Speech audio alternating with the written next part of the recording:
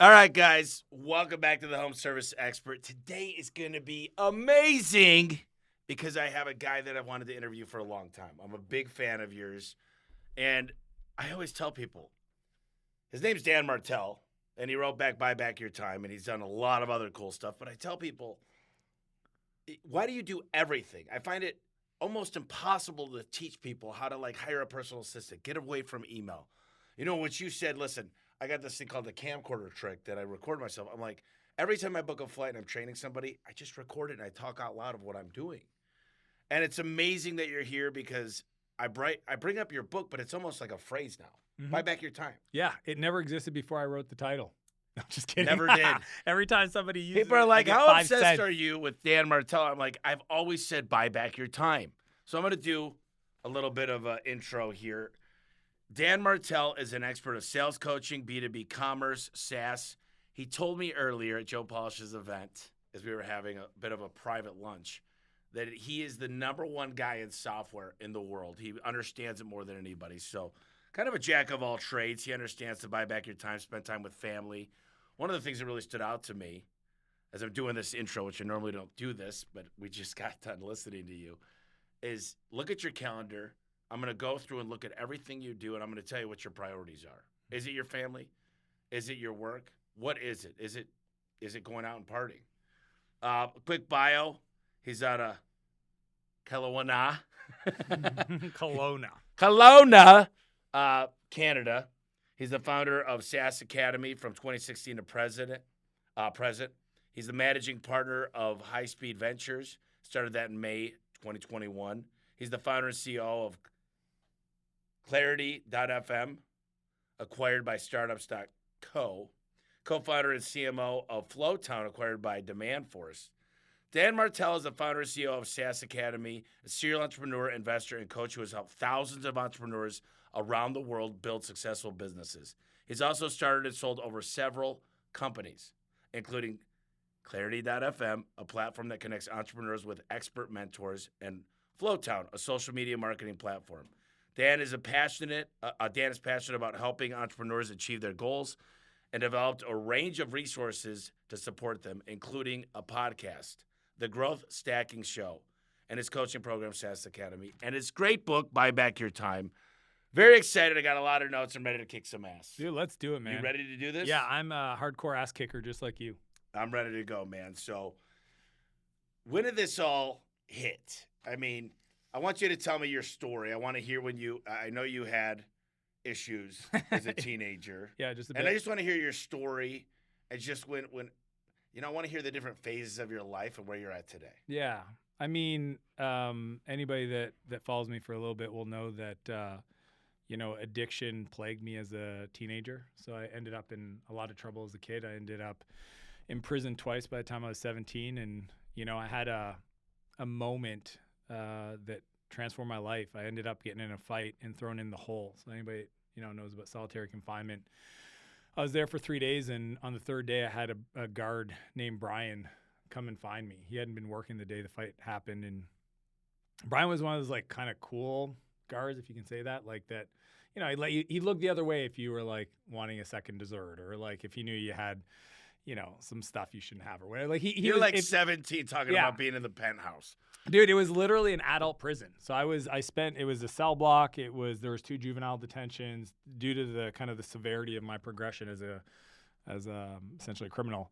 And so Brian comes and gets me out of the hole, and he's just super disappointed, shaking his head, what are you doing? And he says, come with me. And I follow him, and we're heading back to the cell unit, the cell block. And we walk past the door. Now in prison, in the hallways, there's places you go and places you don't go. I've never been past the door. And the next door down the hall, 10 feet, is the guard unit that looks over the 2 cell blocks. And he opens the door and he says, come in. And I'm like, I'm not supposed to be in here. I thought it was a trick. And he brings me in there. There's nobody else in there. It's just him. And it's the inside of the one-way mirror. I've never seen it. And he sits me down in the corner, and he just, he goes, what are you doing here? I was like, well, I got in a fight with Kirk, and they put me in the hole. He goes, no, not that. He goes, what are you doing in this place? And I was like, well, I stole some guns. I got in a high-speed chase. I got in trouble with the law. He goes, Dan, none of that, man. Like, what are you doing here? And I was like, what do you mean? And he goes, I've seen you like do your homework, stay out of the politics, stay to yourself. Like you, I don't know if you realize this, but I've been here for 10 years and I look at you and you don't belong here. And I don't know if it was just the way he said it, but Tommy, it just made me feel like maybe he knows something I don't know. And it was the first time in my life that I felt like somebody believed in me way bigger than I believed in myself. I had zero belief. I felt like I was a piece of shit. I felt like I was zero. And there was something that happened in that moment when he said that. He said, I want you to understand I believe in you, man, and you don't belong here. That I just like, it kind of planted a seed. It cracked me open because I thought he had no reason to do this. He'd get in trouble if anybody found out I was there.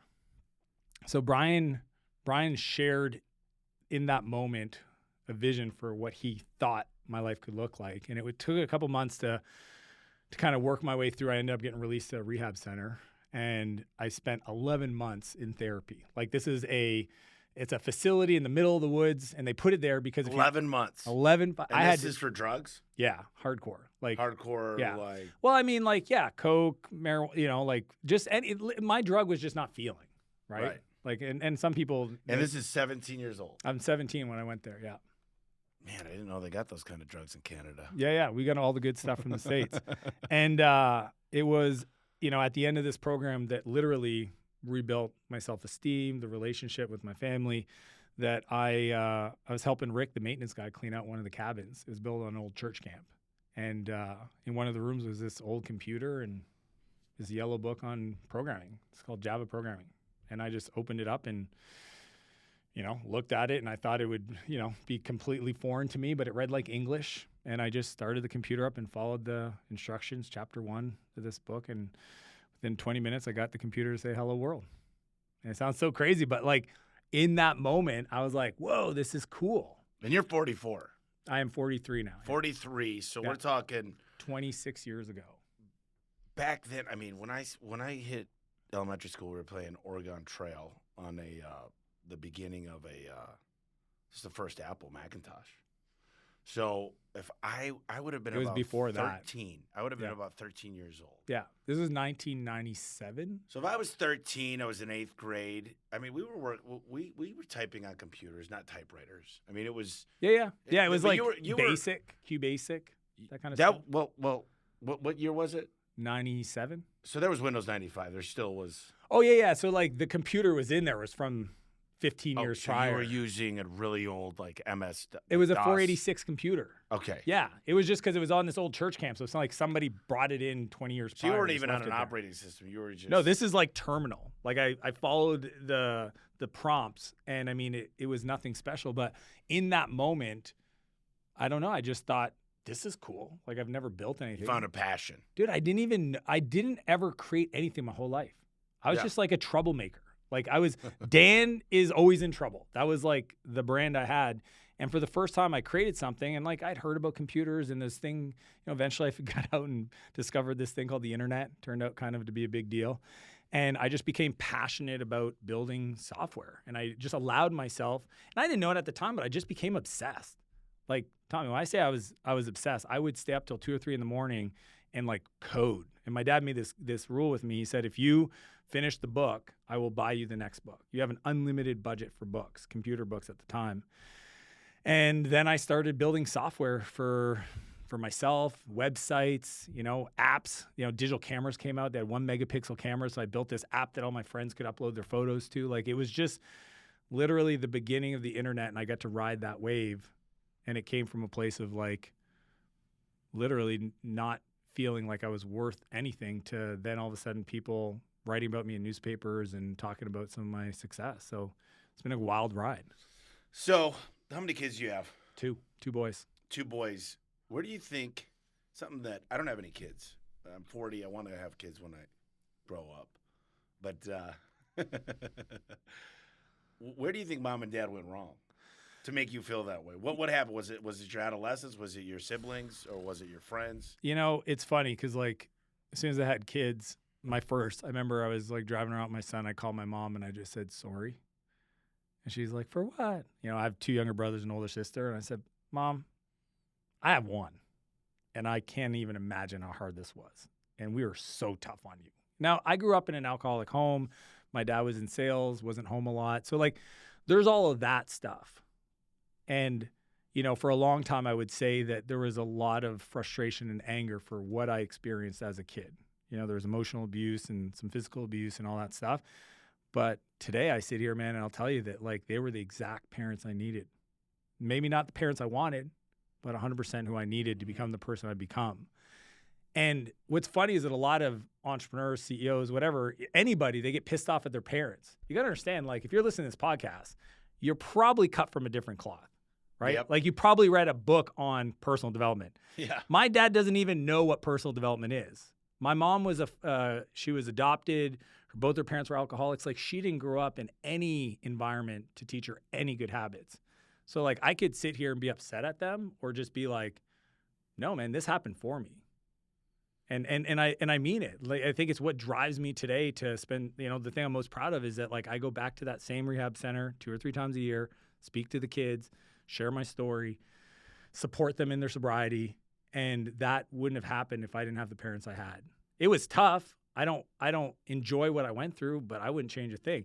What they didn't know though is just how to deal with a kid like me. I got diagnosed with ADHD when I was 11. Yeah, we're in the same boat. Exactly. Put on Ritalin, thinking I was broken, all that stuff. So it's like, but look at our drive. Yeah. No, So- every single entrepreneur has a touch of ADHD. Yeah, but and if you think about like, And it's not a curse, by the way. no, it's a superpower. It is. And when you think of like what would you do to create a powerful person? Okay, like if we just sat here and said like, okay, we want to create a person that becomes really, you know, well-adjusted and determined, all this stuff. Would you give them an easy life? No, you know, what do they say? Easy times make lazy men. Yeah, And hard times make strong great- men. Strong men. Exactly. So it's like I got the privilege of going through what I did. Luckily at 17, luckily I got sober. I got through it at a young age, right? Don't have an adult criminal record. And from that, I was able to build what I built. And I know for a long time, and I'm assuming you can relate to this, the building was from a dark energy. It was a prove my dad wrong, prove all the parents of the friends of mine wrong, like just fucking drive. And then eventually I realized like that's hard. How about we make it about other people? How do we heal the internal stuff, the trauma, right? The capital T, the all caps of the work. And I've just been fortunate enough to been introduced to people along the way that have shown me a completely different way to build and create and live that just feels way lighter. And that's why I wrote this book. It's why I sit here today. No, I love the message of buy back your time.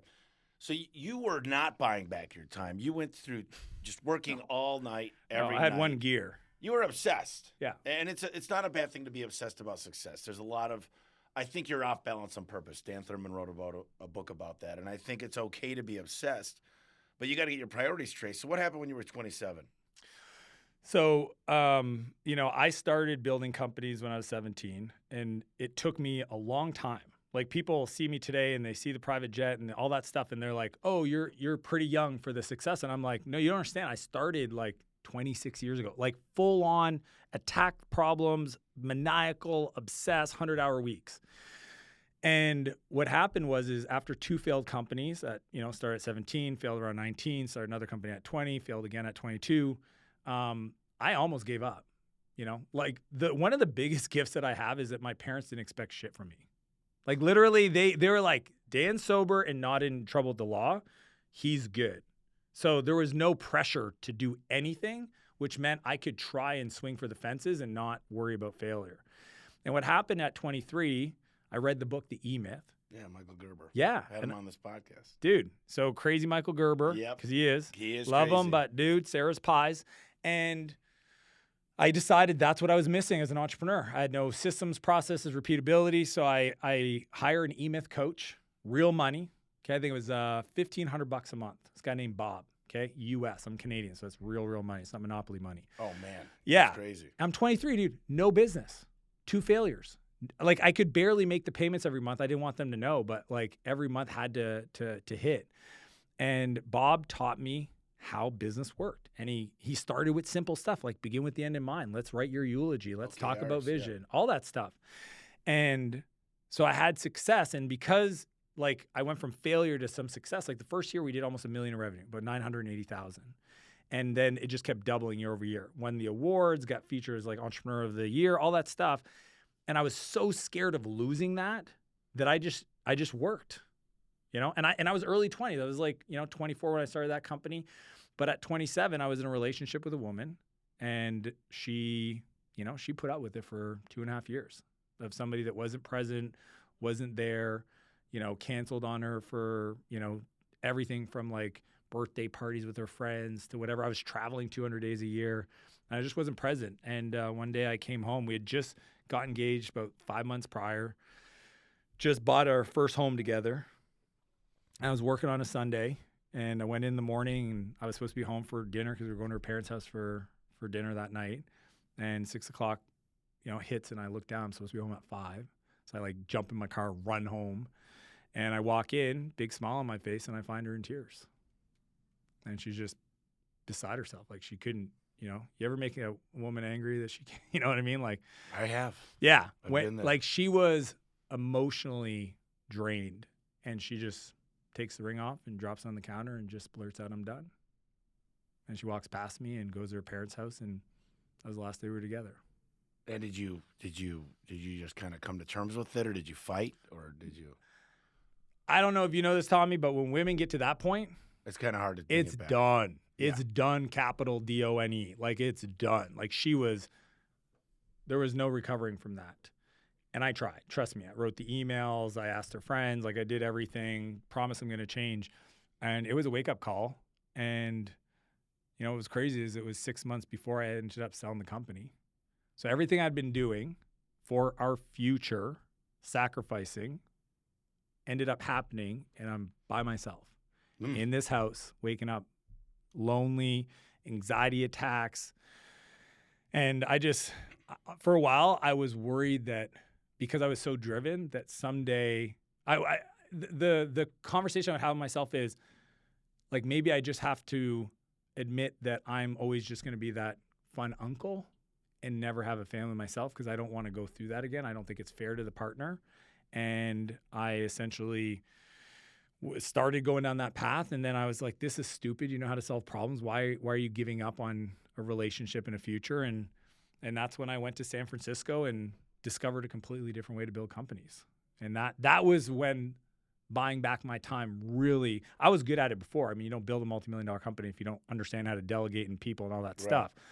But that's when I understood the concept of leverage and letting go and empowering people. And that's when everything, that was when I got it. Yeah. Well, how did the first company do?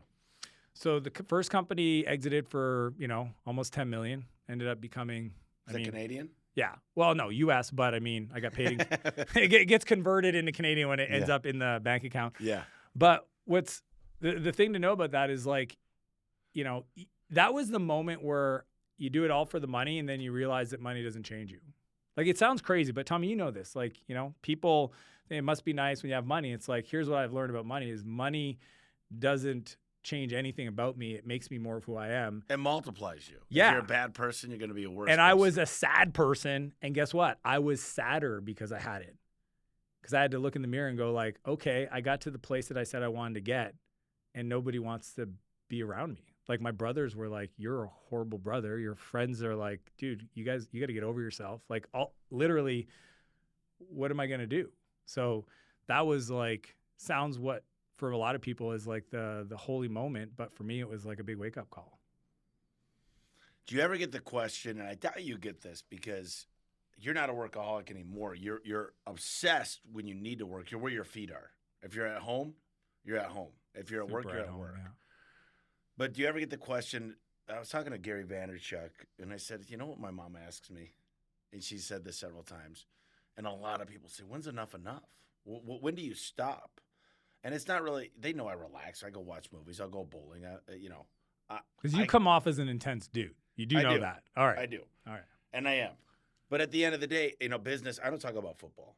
I enjoy football. I don't talk about a whole lot but business because I love it. This is like my passion. But do you have like this? I don't think a guy like you and me are just going to be like, okay, we've hit the top. We're good. Now it's just time to kind of roll off into the sunset and mow the lawn and retire.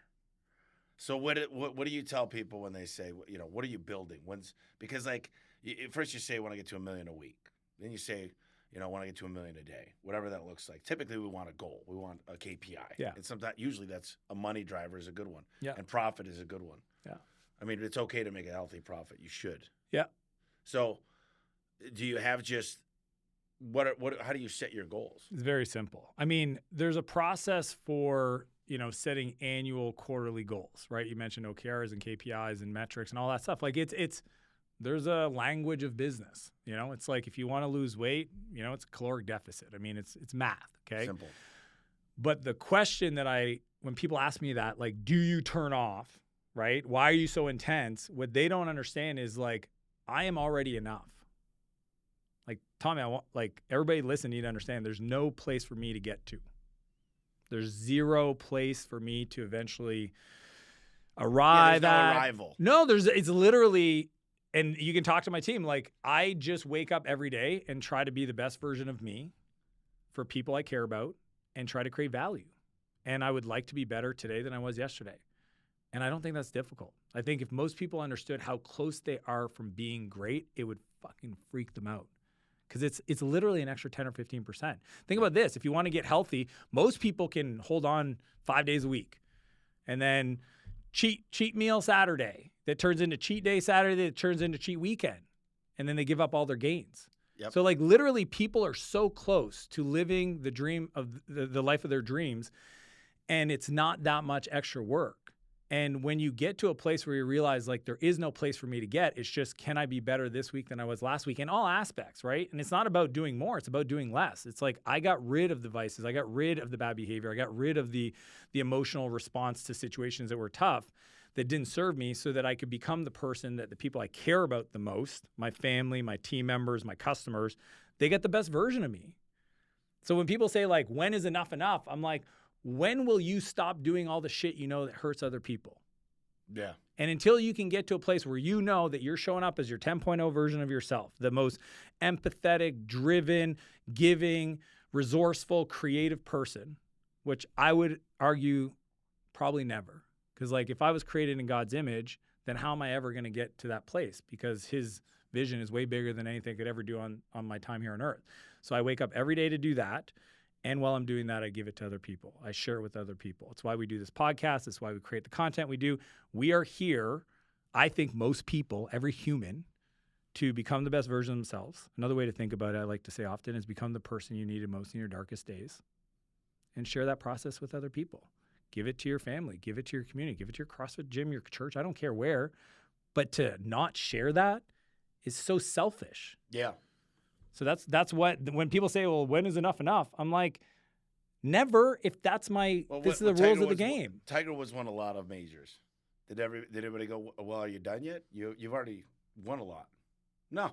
Keep going. He's like, I like to play golf. I will play golf. Enjoy And what if I I do. happen to win, game on, I'm going to keep playing golf. That's exactly how I show up. You said something interesting that I really loved. And I don't think people need to really listen to this. How you show up as a buyer is how people show up for you. Yeah. And I'll tell you this. I have 2 speaking coaches. I have 4 sales coaches. I have a trainer. I have a chef. I mean, I am the epitome of buying back my time. If I could pay somebody to go to sleep and go to the Wipe your bathroom butt. for me. That's what my wife always jokes. Dan would pay somebody to wipe his butt. Although you can get a bidet and call it a day as well. That's true. So, yeah. Bree's got a bidet in her bathroom. I love to pay people. I'm like, I'm not trying to search for the discount. I'm not trying to say, how could I used to be that guy. How do I make a deal? How do I negotiate? And now I'm like, my buddy owns a bar. I'm paying full price for everything. That's the way to like tell them I appreciate what you're doing.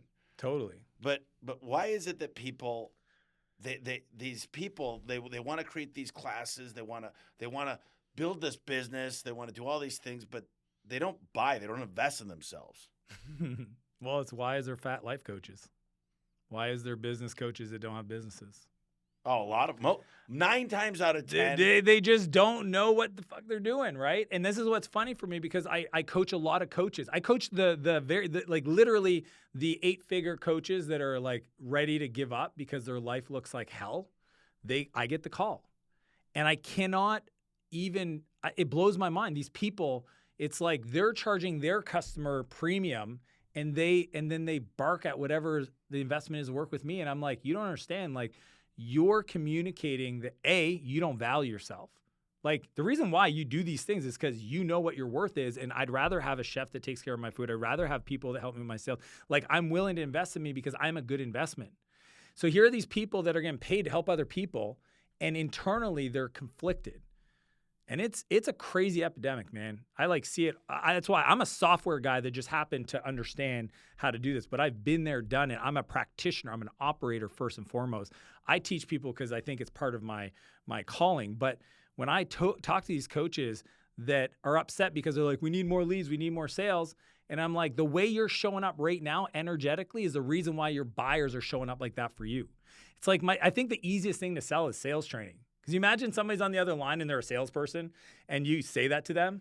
It's like, hey, what are your customers doing for you? Well, they're saying, I'll get back to you, and they're doing this. And then it's like, okay, well, here's the investment. Do you want to join? They're like, hey, let me think about it.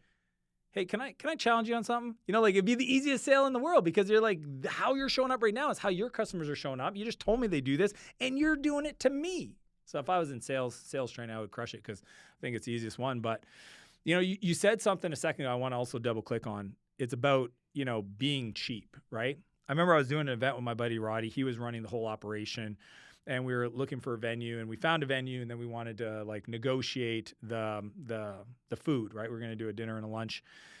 And I knew the person. I grew up in a small town, and I was like, hey, dude, let's try to ask for this. And he stops me, and he goes, Dan, we could. And you know what? You have enough influence that they would probably do that for you. But here's what I know about this small town we live in, and honestly, even bigger than that, your reputation, is you don't want to be known as the guy that nobody can make money with. And when he said that, I was like, he goes, because dude, in the moment you're going to need something from somebody, if you're that guy, they're not going to go out of their way. They're not going to make an exception. What does that mean that nobody can make money with? Is if you're always trying to negotiate the least amount of money. So like, let's say you know somebody's hard cost is X. And you're like, hey, I want you to do it for me for X because I'm going to bring you all this future potential business. And they don't make money with you, right? They made revenue, but they didn't make any profit. Then you're known as the guy that nobody can make money with. So if you're in a pickle and you need somebody to show up and do something for you, then they're not going to show up the way you need them. Right. And again, then you look at your customer base. If you have a premium service, like you want your customers to pay a premium, but then you're trying to act like you're trying to get the best deal, and then you're pissed off that your customers are always asking for a deal. It's like, you go first. You show up, and that is how the world works. And I'll tell you, that lesson Roddy taught me, it's like when I work with somebody that's a top, their thing, whatever their price is their price. There's no negotiate. Why would I negotiate? I'm not negotiating. This is what it is, and if you don't want it, cool. And to me, I think that just creates a story in your mind, a personal, like, you know, kind of what I'm worth. And it aligns everything to support your dreams. And I think most people work against themselves by doing stuff like that. And I think a lot of people do it, but they don't have the experience. They don't really know that. A lot of people were raised negotiating. Like, not in the United States, not in Canada, but if you go to another country. Professionals. That's what they have to do. And I love those type of people because I love learning about the art of negotiation. But the art of the deal, Donald Trump.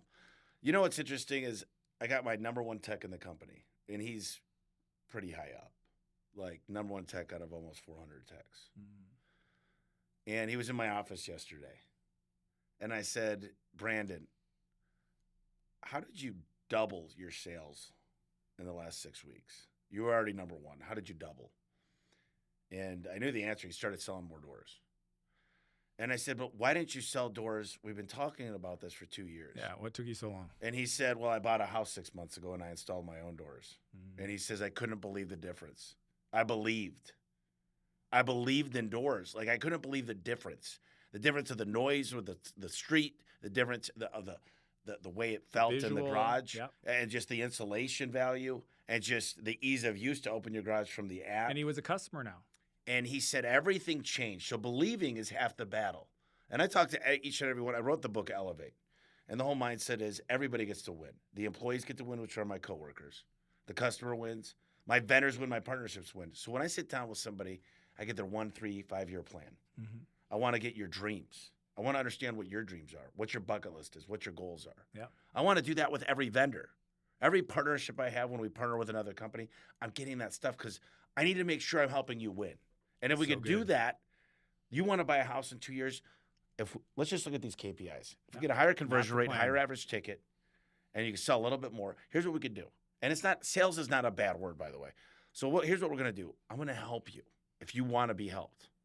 There's one thing I know, and there's one thing you should know is you trust me, right? Yeah. You know I'll bleed for you. Yeah. You know we got your back. We know the Dispatcher CSR's got your back. You got the best parts in the industry, trademarked. You got the best tools. Management cares.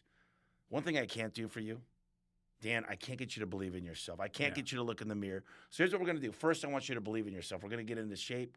We're going to get your teeth all perfect so you feel comfortable smiling. Because when you look in the mirror, I need you to walk into that garage like you're the doctor, like you're the baddest ass thing that ever lived. Because you are the doctor for that garage. And if we could get you to believe in you and help you accomplish these dreams. Now, there's never a PIP. A PIP is like, hey, we need to get better at this. You told me you wanted to take your wife on a 10-year renewal of your vows. What if I could get you to Hawaii 6 months quicker? But they got to want it. If they got the will, I'm going to find a way. But it's a whole different mindset change. And I think very few people that I've met are like, most people say, I took all the chances. I took all the risk. I'm the entrepreneur. You work for me. And they hire people dumber than them because they live out of fear. What if I hire Dan and he steals my employees? What if I hire Dan and he comes in and he's talking over my head and then I look like an idiot? So they hire these people and they hire people just like them. I literally examine my weaknesses. I'm not a good organizer. I'm not good at time management. The first thing I do, people are like, well, who do I hire first? I'm like, build an organizational chart and put every job on there. And then you're going to hate payroll or whatever it is. You're going to effing hate it. I want you to circle that and hire for that because if you hate going in, I love Mondays. I really do. I love Saturdays more, but I love Mondays. And if it always feels like, oh my gosh, I'm going to work, why not make it a place that you love? So hire for your weaknesses, people that are smarter than you, that are specialists. And then I tell people, hire a personal assistant or executive assistant. You know, it's the first hire in my book. It's the most important thing. Yeah. And actually, I wanted to talk to you about this later because everybody's asking me, and I've had all my executives try to hire somebody. And they have this phrase, if I don't do it myself, it won't get done right. And you know what I told everybody before I heard you at Joe's? I want you to Zoom everything you do in your email, everything you do when you book a flight, when you book your hotel.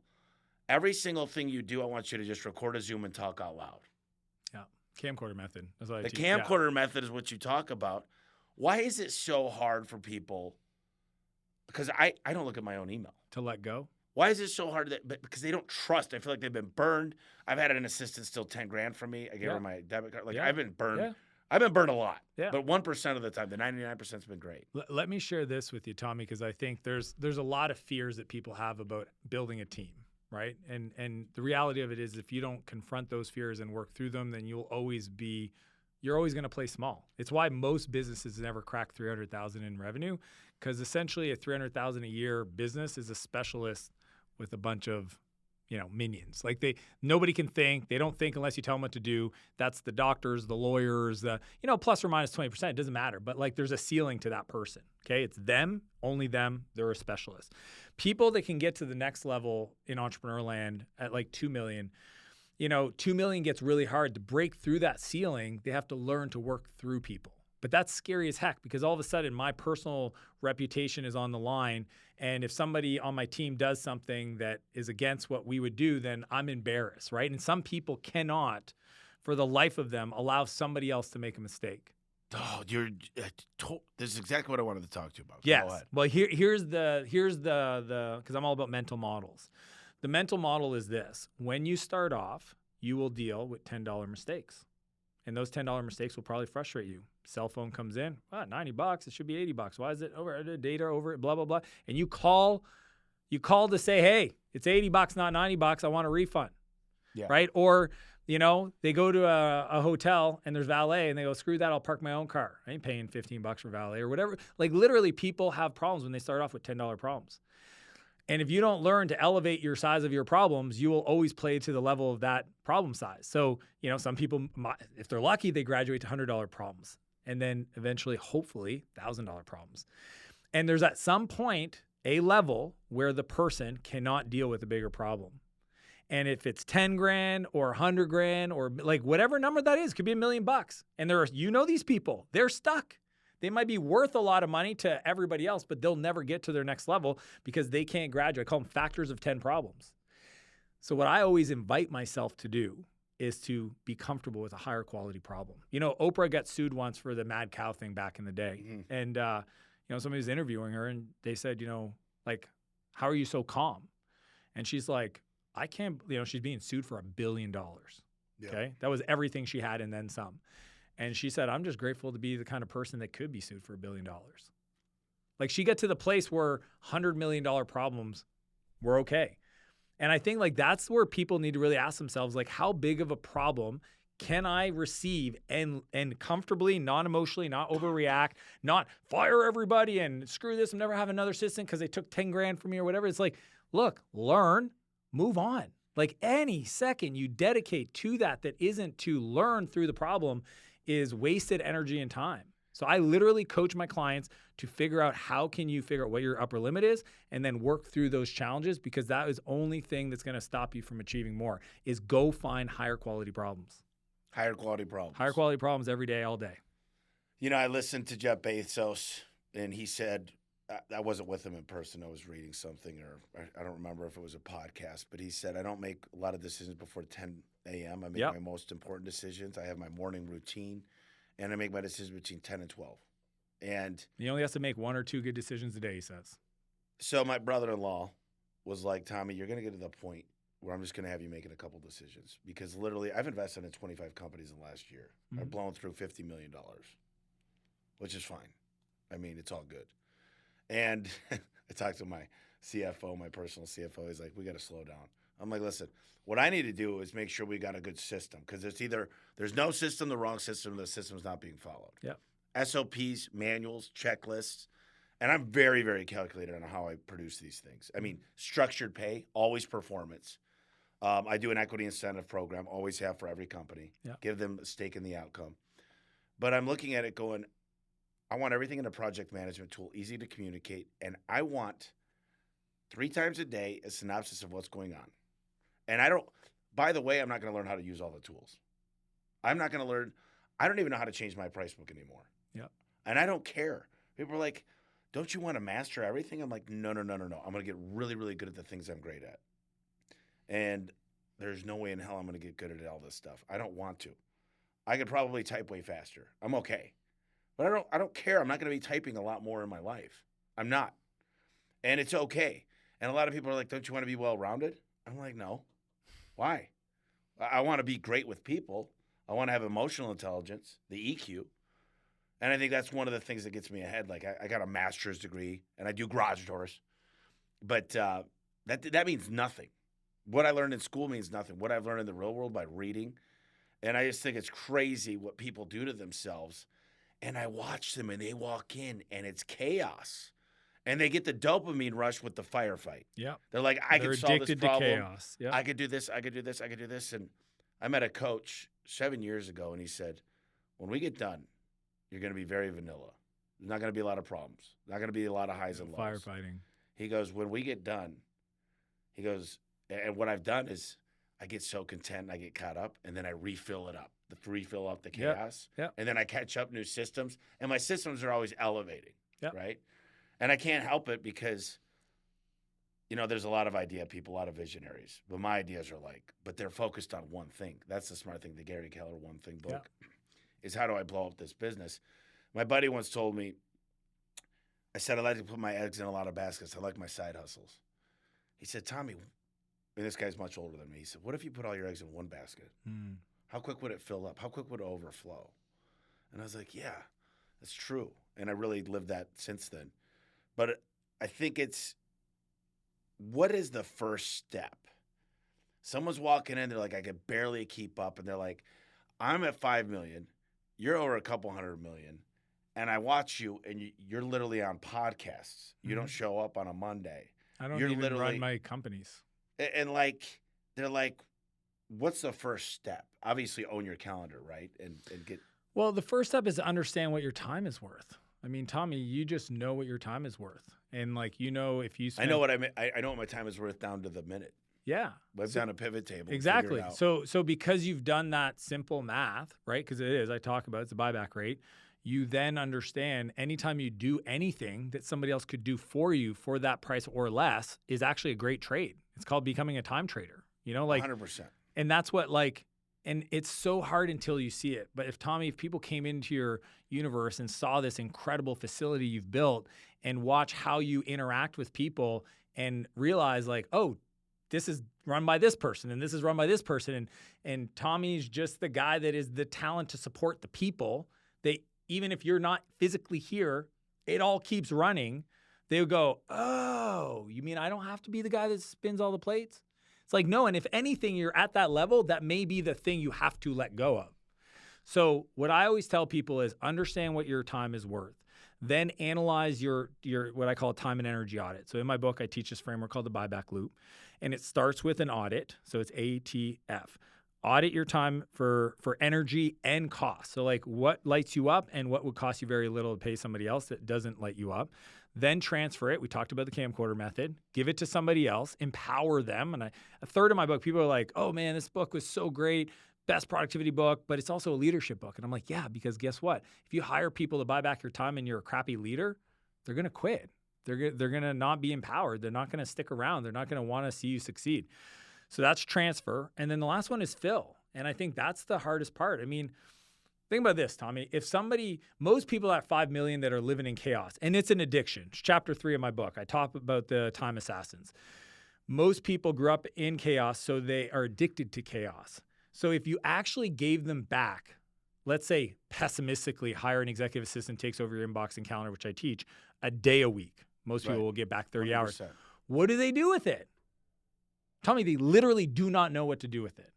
And it left to their own advice, they would probably, go out, get into trouble, watch Netflix. Like they wouldn't know strategically what to do with their time. So for me, I give very clear areas to invest in, okay? I think you should invest in the skills. You should ask yourself, what are the skills I got to develop over the next quarter to grow my business? I should invest in my mindset, my beliefs, because your world view, how you look at the world, your money mindset, your beliefs around problem sizes is definitely the problem.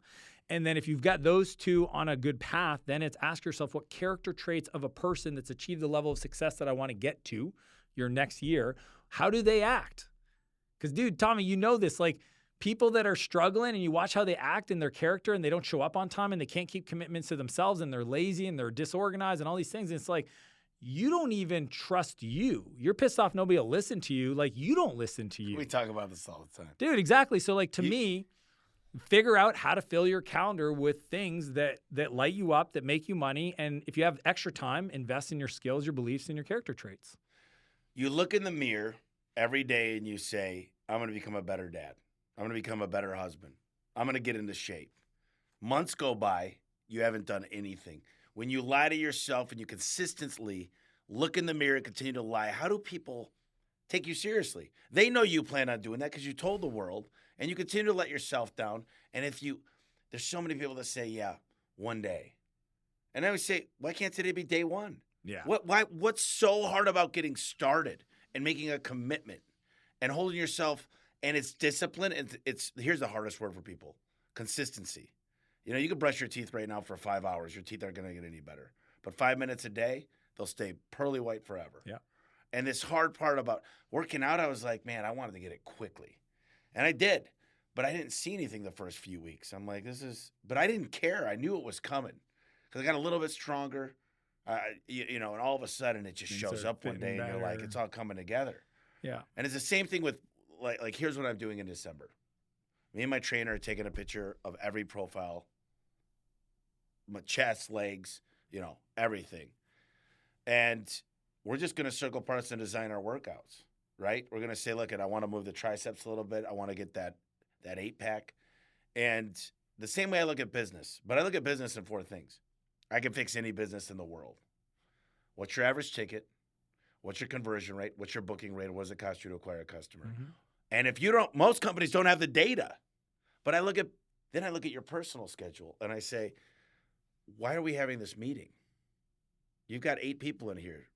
4 of them don't even belong to be here. Do you know how much this meeting is costing? Mm-hmm. Has anybody ever taught you how to give a good meeting? And great, another meeting that should have been an email, and I don't like emails. Yeah. But you're smart. You do exactly. Do you know how many screenshots, if you went through my pictures, that get sent to my executive assistant? The majority of the pictures on this phone are screenshots. And I just I copy her. And when you're saying this stuff, I'm like, and I know you've done this for a long time, but I'm like, success leaves clues. Like, I do this. I'm not going to retype out. And I'm like, listen, the one thing I'm having a hard time with is I tend to give out my phone number way too much. Yeah, way too much. Because I want to help people. I really do. Yeah. And I know mine's jumping on a call, but right now I'm trying to coordinate. How do I help 100 people? Yeah. Well, I mean, Tommy, and I'm in the same boat, but I learned a long time ago that we teach people how to treat us. And I want to be helpful. So, for example, my email, my inbox, my socials have a ton of people. They see them in Scottsdale, and they're like, I want to see you. Cool. Tomorrow morning, we're hiking Camelback. Show up. Parking lot, 6:30 a.m. Can you do coffee instead? Nope. It's that simple, dude. Every Tuesday, I have a standing meeting on the mountain. We hike the mountain. It's called the Tuesday Morning Founders Hike. People fly in from all over the world. Come hike. Tommy, tell them to come work out with you.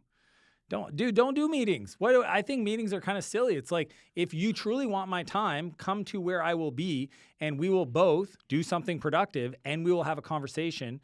And it didn't take anything from me. I call it net time, no extra time. I always compress things into groups. That's why I love social, is I can come on here, share my message with you, your audience. It's like a great honor. And then grab all this content, clip it up, post it for social for other people. And the truth is, I'm going to help way more people doing that than I ever will taking a meeting with an individual one-on-one. That's a fact. So anytime I say yes to a one-on-one meeting to help somebody in their business, I'm saying no to spending that time with my videographer, sharing a message that could be seen by millions of people. And people don't understand, when they're saying yes, they're accidentally saying no to something else. And when they say no to something else, they're saying yes to their dreams, they're saying yes to their future. And I just think it's like, once you... The power of no. Yes. And just like, get okay with it, as long as you understand, when I get that time back, that you're not wasting it. I'm not going to sit around on a couch and do nothing. I'm literally going to reinvest it in myself, in my business, in my team, where I'm going to get massive leverage. I do a Q&A when there's hundreds of people. It's probably the best thing I do once a month. Mm. And I think if I had more Q&As for That's it, every week. Yeah. Once a week. Yeah, dude. All the questions roll in and people that respond. Dude, I call email a place where words go to die. Oh, 100%. I refuse. My DMs refuse to answer. Every Friday, I do a Q&A on my Instagram. If you want to ask me a question, I will answer it, but I will record the answer, and it goes to everybody. And I think anybody that wants anything other than that is selfish. And I will call them out on it. They're like, oh, why can't you tell me what tool you use for this thing? I will tell you on Friday when you post the question, and I share it for the world. Stop being selfish. One of the things that the only thing I tend to do is I always say my network is my net worth. Yeah. My Rolodex is super powerful. Yeah. Because I've got tried and true, and I've got a bunch of people that have failed that I've worked with that just they weren't effective. Yeah. So people come into my office, and they're like, I've got a person for everything. They're like, who do I use for this? I'm like, this is who you got to call. How do I get a good COO? This is the person you got to call. Sometimes you're not ready for this. Yeah. And I'm like, they didn't work for me. I'm like, they didn't work for me because you weren't ready. Like, you're not ready to hire a COO. You're not ready. How are you going to pay him? Let me ask you this. What do you consider success? Show me, if Dan were to come in and work today with a COO, show me their job, how they get paid, what their bonus looks like so they can describe it to their wife. What does their day-to-day look like? Have you even thought about that? And what are the actions you're trying to get them to do? Mm-hmm. I go through this stuff, and I'm like, and so many people, I look at that, and I'm like, where did you spend your time today? Literally, what productivity did you have, if anything, at all? It's like working out. So many people are doing the stupidest workout. They're not eating right. They're not taking any protein. They're literally drinking 3 drinks that night. The workouts are useless. You ever see a fat chick at the gym that can freaking outrun everybody? She's sprinting on the freaking thing. But she's not doing any of the other stuff right. It's crazy to me. Yeah, I heard recently that the most consistent, the most common thing is a consistent man with no results. Yeah. Think about that. There's so many people that get up and they do the same thing day 5 over, minutes. day over. Yeah, dude, I have a team that keeps me on a Jeez. I know. Tommy, hit me with some. All right, give me the $50 hack. The 50, well, I call it 50 to fix it, or the $50 50 to magic. fix it. Yeah, it's essentially saying to your team that if something comes up that you can solve for less than $50, you should just spend the money, spend it yourself, expense it. And all I ask is that afterwards you tell me that you did it so we can have a conversation. But I never want to stop my team, especially the frontline workers, from solving problems for themselves or their customer because they need approval. So, and what I do that most people don't realize is it's 50 for frontline workers, it's 500 for leaders, it's 5,000 for managers, it's 50,000 for C-level. So you just figure out what do you empower and trust other people to invest to solve problems, and let them know. And that we do this across the organization. What do you guys do? So what I started doing is I started having people coming to seminars with me, like my C-suite director level. Yeah. I put a book on their desk. Yeah. We have book clubs. Yeah. Like literally I got them infatuated with learning because they're like, dude, how did this guy go from here to here? Yeah. Like it wasn't because I was born with it. It was 'cause No, they're looking at you and they're confused. They're No, like, I'm just what's kidding. going on? I know. They're like, it how is. did this guy figure it out? Yeah. So what do you do to really help your people grow? I mean, this is what I'm going to tell it, and people are going to be like, So I pay them to read books. And now I know some people like, hey, they say if you're in the C-suite, you have to read books. And that's fair. At the C-level, we're reading books every month. We're sharing notes. But in my company, so like I will have my direct reports. If they're dealing with a problem, we do learning and development plans. I will tell them the book to read. And once they're done reading it, send me some notes and I will give you $500. I pay my team to read books all the time. I buy courses for them. I pay for them to go to the seminars that are relevant to them. I don't invite them to mine, although I do, but I don't. And then the thing that I do that is probably the most valuable thing, which confuses me why people don't do it, is I go and I personally curate their peer group, their mentorship group. Think about that. I have a COO. I need him to elevate himself. I go and I talk to my friends that have great operators, and I invite them to get advice from that person. And I teach them, I literally show them how to ask advice, how to build a relationship, how to follow up, how to get a mentor. I teach that to my direct reports because every time, buy back your time, that I teach them to bring somebody that's further along, way past where we are, they get that person to be an advisor or mentor, then I get all that person's knowledge without having to be involved.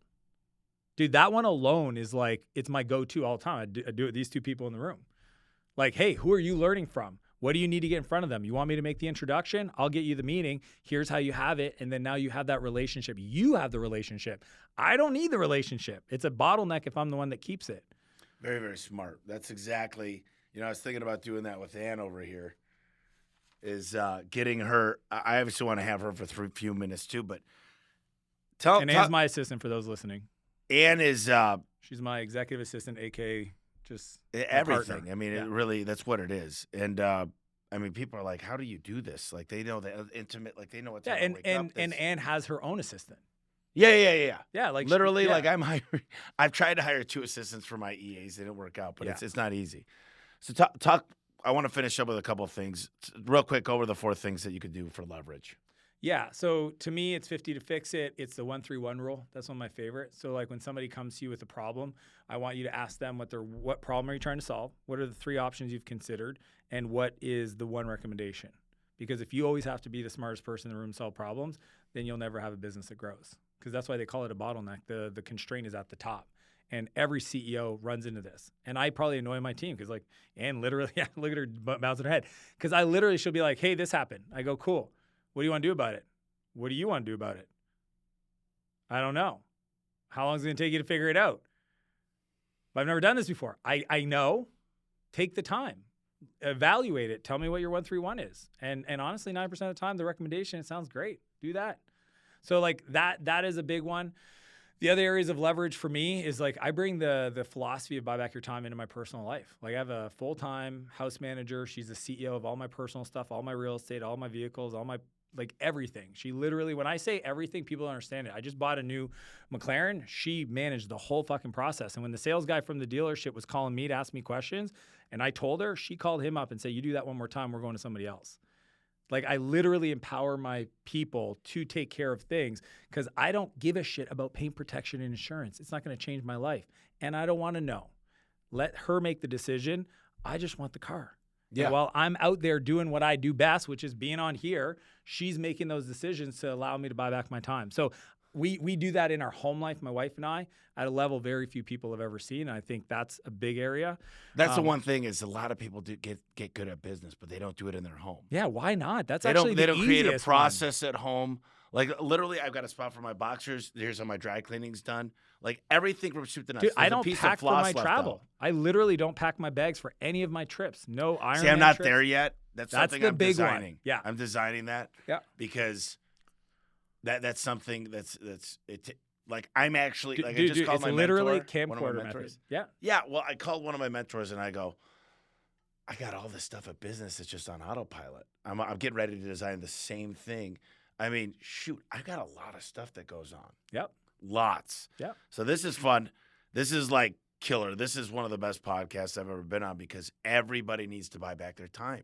Everybody needs to look at where they're spending their time right now and say, is it the best use of their time? There's no way you're going to go to 100% efficiency. But the fact is, you go on TikTok a lot. You watch reality I love TikTok. TV. Yeah. You goof off. Yep. And when you turn off, you turn off. Yeah. I'm a professional goofy dude.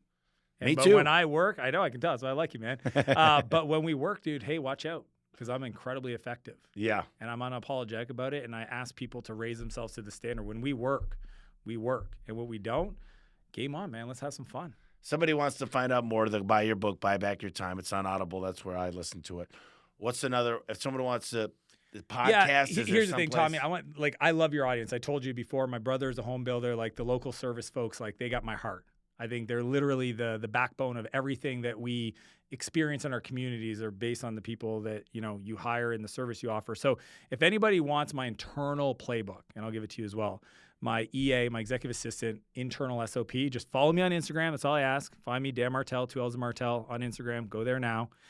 Follow me and just message me, EA, but say that you heard us on the podcast. Mention Tommy or something, and my team's monitoring that. They will send you the direct link to the Google Doc, sanitized obviously, but it's got everything in there, man. It's got my North Star principle for my executive assistant. It's got how I manage my life, my meetings, my structure. It's all there. That's my gift to your audience. That's awesome. Last thing I finish up with, and this will be the very last thing. We talked a lot about a lot of things. And the audience, they're blue collar. A lot of business owners, a lot of management, a lot of COOs, different things within the home service business. The podcast is growing outside of home service, but it's business related.